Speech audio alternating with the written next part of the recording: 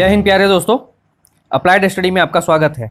I hope कि पिछले classes को आप लोगों ने अच्छे से पढ़ा होगा और जो भी मैंने टॉपिक पढ़ाया था उस सारे टॉपिक को आप लोगों ने सारे कुछ रिवीजन किया होगा। और जो मैंने क्वेश्चन दिया था वो आप लोग से बना या नहीं बना वो प्लीज़ कमेंट करके ज़रूर बनाइएगा। और अगर बना हो तो भी आप कमेंट करके बताइए, और नहीं अगर बना है तो भी कमेंट करके बताइएगा कि कौन सा क्वेश्चन नहीं बना और कौन सा टॉपिक जो है आपको समझ में नहीं आया।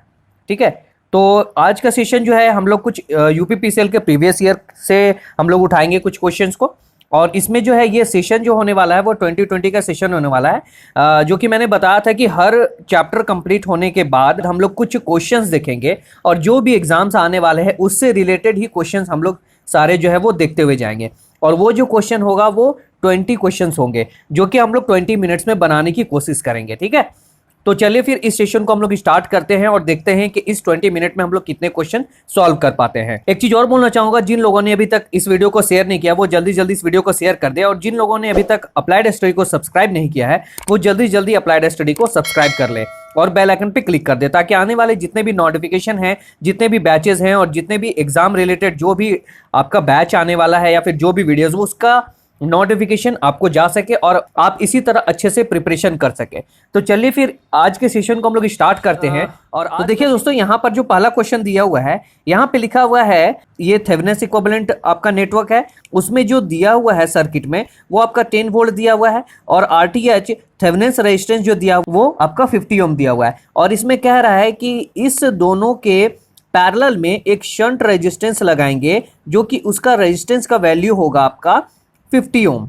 ठीक है, तो चलिए इसको हम लोग बनाने की कोशिश करते हैं। तो देखिए ये जो है थेवेनिन सर्किट मैं बना रहा हूँ, इसके सीरीज में एक रेजिस्टेंस है जिसको आरटीएच बोलते हैं और यहाँ पर एक पैरेलल में एक रेजिस्टर लगा दिए। ठीक है, इस तरह का रहता है। ठीक है, और इसका वैल्यू जो दिया हुआ है इसका दिया है 15 ओम और यहाँ पे दिया हुआ है इसका भी दिया हुआ है 50 ओम। ठीक है, 50 ओम दिया हुआ है और इसका जो वोल्टेज जो दिया हुआ है वोल्टेज यहाँ पे दिया हुआ है 10 वोल्ट। अब बोल रहा है कि जो थेवेनिन इक्विवेलेंट नेटवर्क निकल के आएगा वो क्या होगा और वोल्टेज क्या होगा और इसका इक्विवेलेंट रेजिस्टेंस क्या होगा। तो यहाँ पे देखिए ये यहाँ पे 10 वोल्ट दिया हुआ है। ठीक है, तो यही 10 वोल्ट जो है इसको हम लोग को देखना है कि इसके अक्रॉस, इस 50 ओम के अक्रॉस कितना वोल्टेज निकल के आता है।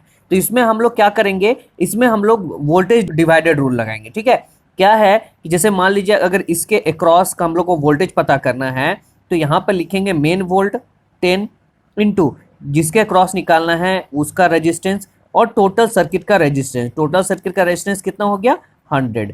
जब यहाँ पे काटेंगे तो ये निकल के आएगा हम लोग का 5 वोल्ट। ठीक है, तो यहाँ पे निकल के आ गया आपका ओपन सर्किट वोल्टेज कितना निकल के आ गया 5 वोल्ट निकल के आ गया।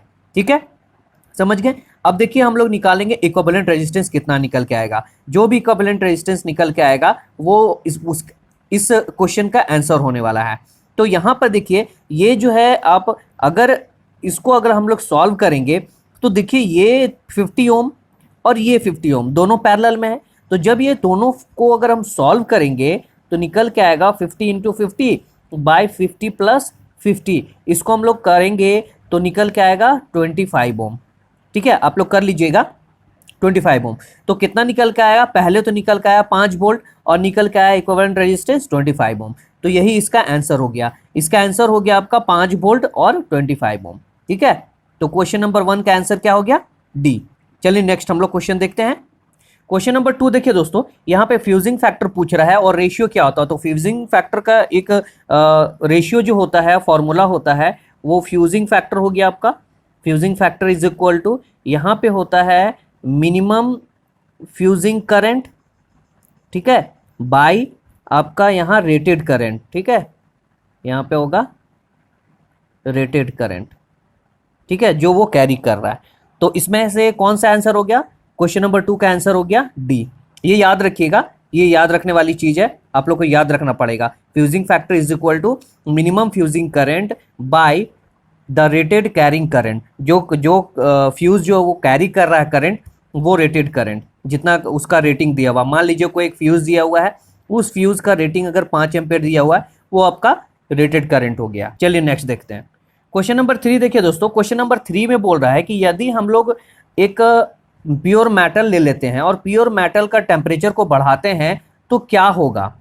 ठीक है, तो मैंने बताया था कि अगर बात कर रहा है अगर मेटल का, तो मेटल का जो रेजिस्टेंस होता है वो डायरेक्टली प्रोपोर्शनल टू टेम्परेचर होता है। अगर टेम्परेचर बढ़ेगा तो रेजिस्टेंस बढ़ेगा। अगर बात कर रहे हैं, अगर इंसुलेटर का बात कर रहे हैं या आपका सेमीकंडक्टर का बात कर रहे हैं, तो आर जो होता है वो इन्वर्सली प्रोपोर्शनल टू टेम्परेचर होता है। अगर सेमीकंडक्टर या आपका इंसुलेटर में अगर हम लोग टेम्परेचर को बढ़ाते हैं तो वहाँ रेजिस्टेंस घटता है। ठीक है, समझ गए। तो यहाँ पर क्या होगा कि अगर टेम्परेचर प्योर मेटल में अगर बढ़ा रहे हैं तो यहाँ पर क्या होगा, रेजिस्टेंस भी बढ़ेगा। तो क्वेश्चन नंबर 3 का आंसर क्या हो गया, ऑप्शन बी। ठीक है, नेक्स्ट चलिए क्वेश्चन नंबर 4 देखिए दोस्तों, यहाँ बोल रहा है अगर रजिस्टर जो है अगर ओम्स लॉ को अगर फॉलो कर रहा है, कोई एक रजिस्टर है वो रजिस्टर क्या कर रहा है कि ओम्स लॉ को फॉलो कर रहा है, तो इनमें से क्या होगा, वो आपका नन पैरासाइटिक रजिस्टर होगा, पैरासाइटिक रजिस्टर होगा, नन लीनियर रजिस्टर होगा या लीनियर रजिस्टर होगा। तो जो भी सर्किट है या फिर जो भी आपका रजिस्टर अगर है वो अगर ओम्स लॉ को फॉलो करता है तो वो लीनियर होता है। तो लीनियर सर्किट में क्या होता है, V जो है वो डायरेक्टली प्रोपोर्शनल टू I होता है। तो मान लीजिए यहाँ पे हम लोग करंट इसको मान लिए और इसको मान लीजिए वोल्टेज। ठीक है, तो यहाँ पे मान लीजिए इस तरह का करंट यहाँ पे दिया हुआ है, यहाँ पे वोल्टेज इस तरह का दिया हुआ है। तो जैसे जैसे यहाँ पे करंट बढ़ते जाएगा वैसे वैसे वोल्टेज भी बढ़ता जाएगा। ठीक है, तो इसी को हम लोग बोलेंगे लीनियर सर्किट। यहाँ देखिए ये जैसे ये बढ़ेगा वोल्टेज यहाँ, तो एक जो है यहाँ पे एक लीनियर लाइन जो है वो स्ट्रेट लाइन बनता है। क्यों यहाँ पर होता है, क्योंकि V जो है वो डायरेक्टली प्रोपोर्शनल टू करंट या current is directly proportional to voltage, इस तरह से होता है। तो जो भी सर्किट या जो भी रजिस्टर अगर ओम्स लॉ को फॉलो करता है तो ये चीज होगा ही, तो वो सर्किट हो जाएगा आपका लीनियर रजिस्टर। तो क्वेश्चन नंबर 4 का आंसर हो गया डी। यहाँ देखिए दोस्तों क्वेश्चन नंबर 5 बोल रहा है कि ह्यूमन बॉडी का रेजिस्टेंस क्या होता है वो आपको बताना है। तो इसका आंसर होगा आपका 1000 ओम होता है। ठीक है, चलिए नेक्स्ट देखते हैं। यहाँ देखिए क्वेश्चन नंबर 6 में बोल रहा है कि स्पेसिफिक रेजिस्टेंस है, उस स्पेसिफिक रेजिस्टेंस का जो कोई भी कंडक्टर है, कंडक्टर का स्पेसिफिक रेजिस्टेंस जो है वो किस पे डिपेंड करता है। तो स्पेसिफिक रेजिस्टेंस किसको बोलते हैं, हम लोग रो की बात करते हैं। तो ये स्पेसिफिक रेजिस्टेंस हो गया, या फिर अगर हम इसको बोले रेजिस्टिविटी, तो इस ये जो है मटेरियल प्रॉपर्टी पे डिपेंड करता है। रेजिस्टिविटी बोले या फिर स्पेसिफिक रेजिस्टेंस बोले, वो आपका मटेरियल प्रॉपर्टी पे ही डिपेंड करता है। तो क्वेश्चन नंबर 6 का आंसर क्या हो गया, बी। चलिए नेक्स्ट देखते हैं।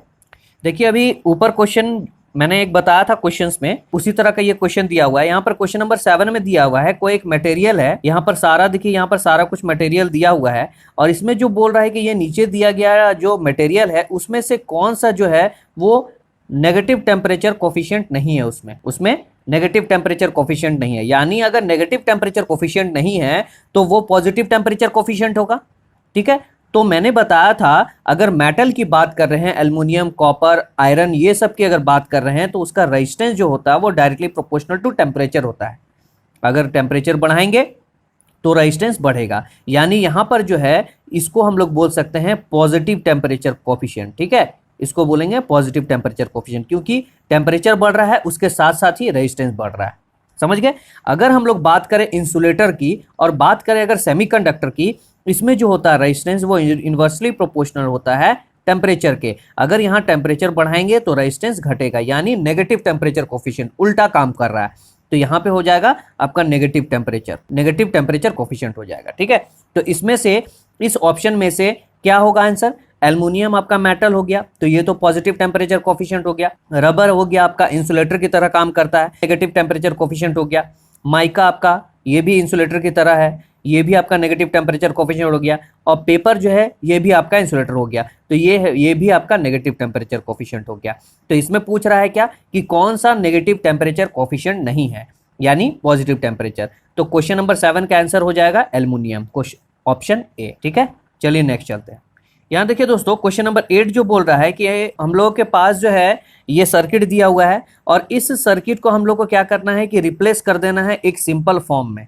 ठीक है, और बताना है कि उस सिंपल फॉर्म में सर्किट को चेंज करके हम लोग को बताना है कि टोटल सर्किट का रेजिस्टेंस क्या होने वाला है। तो यहाँ पे देखिए ये आपका 4 ओम दिया हुआ है, ये 12 ओम दिया है। ठीक है, अब इसको क्या करेंगे, दोनों पैरेलल में दिया है तो इसको हम लोग क्या करेंगे, एक इक्विवेलेंट रेजिस्टेंस निकाल लेंगे। तो 4 × 12 बाय 4 + 12 कितना है 16 हो गया, तो 12 × 4 = 48, और यहाँ हो गया 16, 16 तिया 48, 3 ओम निकल के आया, यानी यहाँ पर हो गया आपका 3 ओम, ये खत्म हो गया दोनों। ठीक है, तो यहाँ देखिए ये 5 ओम, ये 3 ओम और ये 8 ओम, तीनों सीरीज में है, तो तीनों को जोड़ देंगे तो 8 3 11, 11 5 16 ओम, यहाँ पे टोटल सर्किट रेजिस्टेंस निकल के आएगा आपका 16 ओम। तो इसका आंसर हो गया क्वेश्चन नंबर 8 का ए आंसर हो गया। ठीक है, चलिए नेक्स्ट क्वेश्चन देखते हैं। यहाँ देखिए क्वेश्चन नंबर 9 में इसमें बोल रहा है कि जो 5 ओम का रजिस्टर यहाँ पे दिया हुआ है, ये 5 ओम का रजिस्टर, इसमें कितना करंट फ्लो कर रहा है वो हम लोगों को बताना है। ठीक है, तो चलिए इसको हम लोग सॉल्व करते हैं। ये क्वेश्चन जो है वो 2-3 तरीका से बन सकता है, एक आपका नोडल एनालिसिस से और एक आपका सुपरपोजिशन थ्योरम से। तो हम लोग बनाएंगे सुपरपोजिशन थ्योरम से, ताकि जो है ये क्वेश्चन जो है वो जल्दी बन पाए। ठीक है, तो यहाँ देखिए ये जो सर्किट दिया हुआ है, सुपरपोजिशन थ्योरम में क्या करते हैं, जितना भी आपका सोर्स दिया हुआ है, वोल्टेज सोर्स दिया हुआ है या करंट सोर्स दिया हुआ है, एक सोर्स को हम लोग प्रेजेंट रखते हैं, बाकी सारे को डीएक्टिवेट कर देते हैं। ठीक है, तो मान लीजिए ये 12 वोल्ट को हम लोग रखते हैं और इसको हम लोग डीएक्टिवेट कर देंगे। तो इसको डीएक्टिवेट करने के लिए क्या करेंगे, इसको कर देंगे ओपन सर्किट, इसको हटा देंगे, यह हो गया ओपन सर्किट। ठीक है, तो ओपन सर्किट हो गया। तो ये देखिए यहाँ पर अगर वोल्टेज है 12 वोल्ट, तो यहाँ पर भी 12 वोल्ट ही आएगा। तो ये 12 वोल्ट यहाँ तक है, यहाँ तक आपका 12 वोल्ट आ रहा है। इसके बाद इसमें कितना वोल्ट जा रहा है, इसमें कितना वोल्ट जा रहा है, वो हम लोग को निकालना है।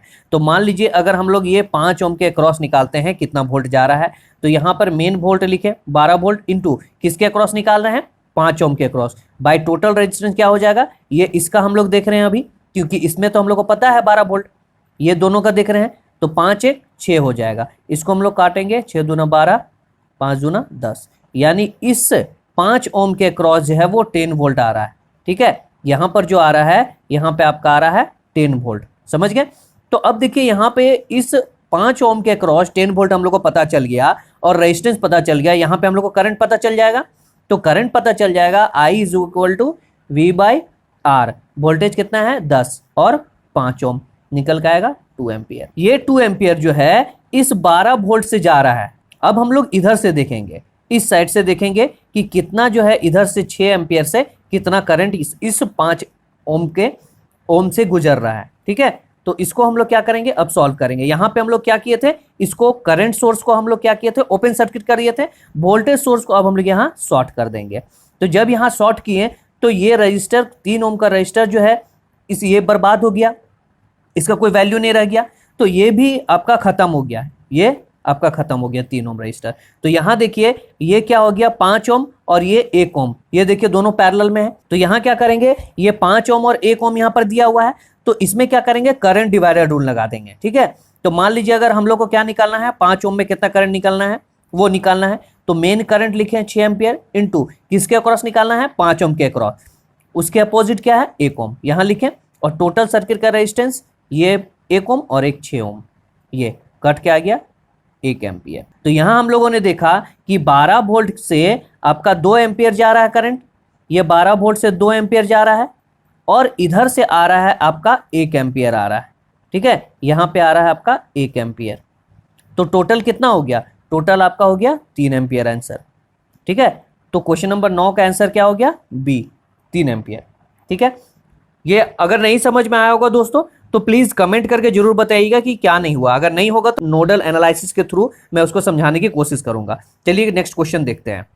यहाँ क्वेश्चन नंबर 10 में देखिए ये बोल रहा है कि अगर हम लोगों के पास एक चार्ज पार्टिकल्स है और चार्ज पार्टिकल्स का जो एबिलिटी होता है काम करने का वो किसके कारण से होता है, उसमें जो होता है चार्ज करने का जो क्षमता होता है जो वो कैसे होता है, जो चार्ज फ्लो कर रहा है किसी भी सर्किट में उसका जो क्षमता है वो इलेक्ट्रिक पोटेंशियल के कारण से होता है। ठीक है, पोटेंशियल डिफरेंस के कारण से चार्ज फ्लो करता है वो हम लोग जान रहे हैं, लेकिन इलेक्ट्रिक पोटेंशियल के कारण से वहां पर चार्ज जो है वो अपना काम करता है। ठीक है, तो क्वेश्चन नंबर 10 का आंसर हो गया बी। यहाँ देखिए क्वेश्चन नंबर 11, क्वेश्चन नंबर 11 में दिया हुआ है कि सेमीकंडक्टर दिया हुआ है उसका टेम्परेचर कोफिशिएंट निकालना है। तो मैंने बताया है कि अगर सेमीकंडक्टर है तो उसका इन्वर्सली प्रोपोर्शनल टू टेम्परेचर हो जाएगा, यानी टेम्परेचर बढ़ाएंगे तो रेजिस्टेंस घटेगा। तो इसमें तो सेमीकंडक्टर में क्या हो गया, सेमीकंडक्टर में हो गया आपका नेगेटिव टेम्परेचर कोफिशिएंट। ठीक है, तो इसका आंसर हो गया 11 का डी। चलिए नेक्स्ट देखते हैं हम लोग।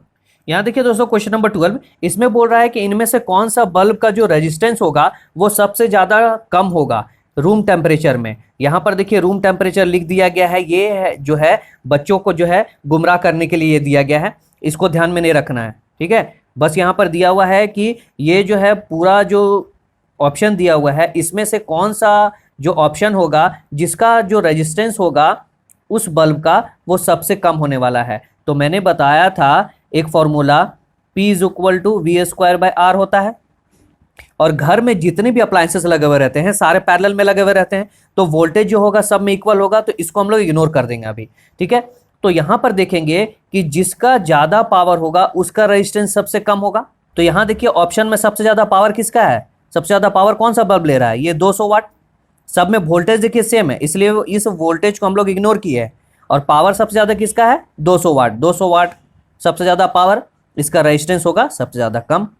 तो इस 12 का आंसर क्या होगा, ऑप्शन डी। चलिए नेक्स्ट देखते हैं। ये देखिए क्वेश्चन नंबर 13 बोल रहा है कि 1 वोल्ट वो किसके इक्विवेलेंट होगा, ठीक है। तो हम लोगों ने एक फॉर्मूला देखा था, V is equal to work done by charge, इस तरह का होता है। मान लीजिए कि यहाँ 1 वोल्ट हो रहा है, तो अगर 1 वोल्ट यहाँ तभी हो रहा है जब यहाँ पर 1 वर्क डन हो रहा है और वहाँ पर चार्ज जो है वो 1 कूलाम फ्लो कर रहा है, तभी यहाँ पर कटेगा तो 1 आएगा, ठीक है। तो यहाँ पर क्या है, वर्क डन का क्या आपका SI यूनिट, वर्क डन का SI यूनिट आपका जूल हो गया, और यहाँ पर चार्ज का क्या हो गया SI यूनिट, कूलाम हो गया। तो यहाँ पर आंसर निकल के आएगा 1 जूल पर कूलाम, ठीक है। यहाँ 13 का आंसर ऑप्शन ए 1 जूल पर कूलाम होगा। चलिए नेक्स्ट देखते हैं। यहाँ देखिए दोस्तों क्वेश्चन नंबर 14, क्वेश्चन नंबर 14 में बोल रहा है कि 2 बल्ब दिया हुआ है, एक 500 वाट का है, एक 200 वाट का है, और उसका दोनों का जो वोल्टेज रेटिंग दिया हुआ है वो 250 वोल्ट दिया हुआ है। अब बोल रहा है कि दोनों का जो रेजिस्टेंस का रेशियो होगा वो क्या होगा, वो बताना है। मैं समझ रहा हूँ दोस्तों, ये जो है मैंने बताया था कि 20 मिनट्स में ख़त्म हो जाएंगे, लेकिन ये बताने के चक्कर में जो है आप लोगों को बताना जरूरी है, इसलिए ये थोड़ा सा वीडियो जो है वो थोड़ा सा लंबा होगा, उसमें माइंड मत कीजिएगा। ये सारा कुछ समझने के लिए, आप लोगों के समझाने के लिए ही मैं इतना सब कुछ कर रहा हूँ, ठीक है। तो चलिए हम लोग ये समझते हैं, टाइम को ध्यान में नहीं रखते हुए ये हम देखते हैं। तो यहाँ देखिए यहाँ पर दिया हुआ है पावर, ठीक है। पहला का पावर जो दिया हुआ है इसको मान लेते हैं P1, तो P1 is equal to V²/R1 ये मान लेते हैं, और दूसरा का मान लेते हैं P2, P2 is equal to V²/R2 मान लेते हैं, ठीक है। तो यहाँ P1 का वैल्यू क्या दिया हुआ है, इसको P1 मान लेते हैं, इसको P2 मान लेते हैं। P1 का वैल्यू 500 मान लेते हैं, इक्वल टू V² कहते हैं, यहाँ पर वोल्टेज कितना दिया हुआ है 250 दिया हुआ है, बाय यहाँ पर रेजिस्टेंस कितना दिया हुआ है ये हम लोग को नहीं पता, R1 ये हम लोग को निकालना है। दूसरा P2 दिया हुआ है 200 वाट, और यहाँ पे वोल्टेज दिया हुआ है इसका भी 250 वोल्ट, और रेजिस्टेंस इसका भी निकालना है, ठीक है। तो अब इसको हम लोग क्या करेंगे, R2/R1 कर देंगे। अब इसको हम लोग कर देंगे चेंज, ठीक है। यहाँ पर R1 को इधर ले आएंगे और इसको इधर कर देंगे, इस तरह से कुछ करेंगे। तो यहाँ पर कर देंगे हम लोग R1 इक्वल टू 250/500 इस तरह, और R2 इज इक्वल टू 250/200 इस तरह कर देंगे। अब इसको हम लोग क्या करेंगे, इसको हम लोग रेशियो में उल्टा कर देंगे, ठीक है। तो यहाँ पर जब हम लोग उल्टा करेंगे तो यहाँ पर इसको पहले हम लोग काट लेते हैं, इसका हो जाएगा 1/2, और इसका हो जाएगा, अगर हम लोग काटेंगे 5 चौके 20, 5 बचे 25, ठीक है। 5/4 हो गया और 1/2 हो गया, ठीक है। अभी हम लोग क्या करेंगे, R2/R1 करेंगे। R2/R1 अगर हम लोग करेंगे, R2 का वैल्यू क्या निकल के आया था 5/4, और R1 का निकल के आया था 1/2। अब ये 2 जो है वो ऊपर चला जाएगा और ये 4 जो है वो नीचे आ जाएगा। तो यहाँ पे लिखेंगे R2/R1, और यहाँ हो जाएगा 5/1 इंटू 4 नीचे आ गया, 2 ऊपर चला गया। अब इसको काटेंगे 2 से, तो यहाँ पे निकल के आएगा 5/2। तो यहाँ पर हो जाएगा R2/R1 जो हो जाएगा वो आपका हो जाएगा 5:2। तो ये ऑप्शन किस में है, ये ऑप्शन ए, यानी 14 का जो आपका आंसर है वो ऑप्शन नंबर ए, ठीक है। समझ गए। चलिए नेक्स्ट चलते हैं। यहाँ देखिए दोस्तों क्वेश्चन नंबर 15 में बोल रहा है कि एक वायर है, उसका रेजिस्टेंस जो है वो 6 ओम दिया हुआ है यहाँ पे, ठीक है। अब उस वायर को हम लोग को क्या किए कि उस वायर का लेंथ को हम लोग बढ़ा दिए, वही सेम वायर को कितना टाइम बढ़ा दिए, उसका लेंथ 3 गुना कर दिए। अब इसका लेंथ को हम लोग 3 गुना कर दिए, और उसका क्रॉस सेक्शनल एरिया यानी उसका जो मोटाई है, उसका जो है मोटाई को भी हम लोग बढ़ा दिए, 2 गुना कर दिए।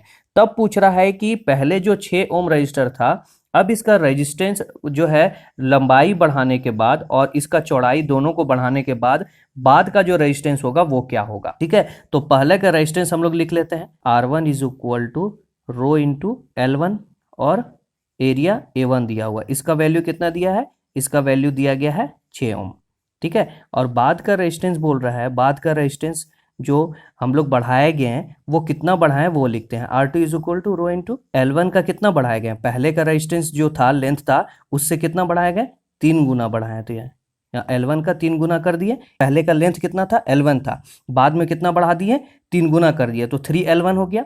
अच्छा फिर एरिया क्या दिया हुआ है, A1 दिया हुआ है, पहले का एरिया कितना था A1 था और उसके बाद कितना बढ़ा दिए 2 गुना बढ़ा दिए, तो 2 गुना बढ़ा दिए तो कितना हो गया 2A1 हो गया, ठीक है, समझ गए। तो अब इसको क्या करेंगे, जब ये 3 और 2 को काटेंगे तो निकल के आएगा कितना 1.5, ठीक है। तो यहाँ पे लिखेंगे R2 इज इक्वल टू 1.5 को हम लोग बाहर कर देंगे और यहाँ पर क्या बच रहा है, यहाँ बच रहा है रो L1 A1 ये निकल रहा है। तो ये इसका वैल्यू यहाँ पर कितना दिया हुआ है, इसका वैल्यू यहाँ पे हम लोग का दिया हुआ है 6 ओम। देखो ये यहाँ पर वैल्यू दिया है रो इंटू L1 बाय A1, तो रो इंटू L1 बाय A1 का वैल्यू यहाँ 6 ओम दिया है। तो R2 इज इक्वल टू 1.5 को अगर 6 ओम से इंटू करेंगे तो निकल के आएगा कितना 9 ओम, ठीक है, समझ गए। तो इस 15 का आंसर कितना हो जाएगा, क्वेश्चन नंबर 15 का आंसर हो जाएगा 9 ओम, समझ गए। चलिए नेक्स्ट चलते हैं। यहाँ देखिए दोस्तों क्वेश्चन नंबर 16, ये फिगर दिया हुआ है और इसमें बोल रहा है कि 1.5 ओम में कितना करंट फ्लो कर रहा है वो हम लोग को बताना है। तो यहाँ देखिए 2 एम्पियर दिया हुआ है, यहाँ पे 2 ही सर्किट दिया हुआ है, तो यहाँ पे हम लोग लगाएंगे करंट डिवाइडेड रूल। तो करंट डिवाइडिंग रूल हम लोग लगाएंगे तो यहाँ पर किसके में, यहाँ किस में करंट पता करना है 1.5 में, तो यहाँ पे लिखेंगे मेन करंट इनटू किस में पता करना है 1.5 में। तो 1.5 में अगर पता करना है और हम लोग करंट डिवाइडेड रूल लगा रहे हैं तो उसके जस्ट अपोजिट वाला रेजिस्टेंस लेंगे। तो यहाँ पे हो जाएगा 4.5 ओम बाय टोटल रेजिस्टेंस 4.5 और 1.5 हो जाएगा आपका 6। तो यहाँ पे काटेंगे तो 3 हो जाएगा, इसको यहाँ पर 0 हटाएंगे तो यहाँ 10 आ जाएगा, इसको काटेंगे तो यहाँ पे 15 से ये कट जाएगा, तो निकल के आएगा आपका 15/10, ठीक है। तो इसका वैल्यू हो जाएगा 1.5 एम्पियर। क्वेश्चन नंबर 16 का आंसर हो गया सी, ठीक है। चलिए नेक्स्ट चलते हैं। यहाँ देखिए क्वेश्चन नंबर 17 में बोल रहा है कि अगर कोई मेटल का अगर हम लोग टेम्परेचर को बढ़ाते हैं तब उसका रेजिस्टिविटी क्या होगा और उसका कंडक्टिविटी क्या होगा, इन दोनों का प्रोडक्ट जो है वो क्या होने वाला है वो हम लोग को बताना है। तो मैंने बताया था कि मेटल में डायरेक्टली प्रोपोर्शनल टू टेम्परेचर होता है, तो अगर मेटल में टेम्परेचर बढ़ रहा है तो रेजिस्टेंस बढ़ रहा है इसका, ठीक है, और अगर रेजिस्टेंस बढ़ रहा है तो कंडक्टेंस क्या हो रहा है, घट रहा है, यही बोल रहा है। तो यहाँ पर R is equal to rho into L by A होता है, ये होता है रेजिस्टेंस का। तो यहाँ पर बात कर रहा है रेजिस्टिविटी, रेजिस्टिविटी यानी ये आपका रेजिस्टिविटी का बात कर रहा है, ठीक है इसका। तो R is directly proportional to resistivity, resistance बढ़ेगा तो इसका रेजिस्टिविटी बढ़ेगा तो रेजिस्टेंस भी बढ़ेगा, ये है। तो यहाँ पर बात यहाँ ये है कि दोनों का प्रोडक्ट हम लोग को पता करना है। तो प्रोडक्ट यहाँ पर ये है कि अगर मेटल का टेम्परेचर को बढ़ाएंगे तो रेजिस्टेंस बढ़ेगा, तो यहाँ पर क्या हो जाएगा, रेजिस्टिविटी जो हो जाएगा वो आपका इन्वर्सली प्रोपोर्शनल हो जाएगा, resistivity inversely proportional to conductivity. तो अगर रेजिस्टिविटी बढ़ेगा तो कंडक्टिविटी घटेगा। तो यहाँ पर देखने की बात यह है कि अगर एक चीज़ बढ़ रहा है जितना रेशियो से उतना ही रेशियो से घट रहा है तो वहाँ पे देखने को मिलेगा कि आपको कोई चेंजेस नहीं आ रहा। अगर मान लीजिए यहाँ पर 5 ओम अगर बढ़ा, ठीक है, तो यहाँ 5 सीमेंस जो है यहाँ पे घट जाएगा। तो यहाँ पर क्या हुआ, कुछ चेंजेस नहीं देखने को मिलेगा, ठीक है। तो यहाँ क्वेश्चन नंबर 17 का आपका आंसर हो जाएगा सी, यहाँ पर कोई भी चेंज नहीं, रिमेन कॉन्स्टेंट, जो भी मेटल आपका रहेगा वो कॉन्स्टेंट ही रहेगा, समझ गए। चलिए नेक्स्ट चलते हैं। यहाँ देखिए क्वेश्चन नंबर 18, क्वेश्चन नंबर 18 में बोल रहा है कि 3 ओम का रजिस्टर यहाँ पे दिया हुआ है, इसमें हम लोग को करंट पता करना है। तो ये यहाँ पर इजी दिया हुआ है, ये आप समझ सकते हैं। यहाँ पे देखिए ये जो 3 ओम दिया हुआ है इसके अक्रॉस का वोल्टेज यहाँ पे देख रहे हैं, जो यहाँ पर 12 वोल्ट दिया है वही यहाँ पर 12 वोल्ट होगा। तो जब यहाँ पर हम लोग को पता चल गया कि 12 वोल्ट है तो करंट यहाँ पे आराम से निकल जाएगा। तो I is equal to V/R लगाएंगे यहाँ पे, यहाँ वोल्टेज हो गया 12 वोल्ट और कितना ओम का रजिस्टर दिया हुआ है 3 ओम का, काटेंगे तो निकल के आएगा 4 एम्पियर। तो इसका क्वेश्चन नंबर 18 का आंसर हो गया आपका 4 एम्पियर, डी, ठीक है। चलिए नेक्स्ट चलते हैं। यहाँ देखिए क्वेश्चन नंबर 19 में दिया हुआ है कि इलेक्ट्रिक पोटेंशियल का एसआई यूनिट आप लोग को बताना है कि क्या होगा।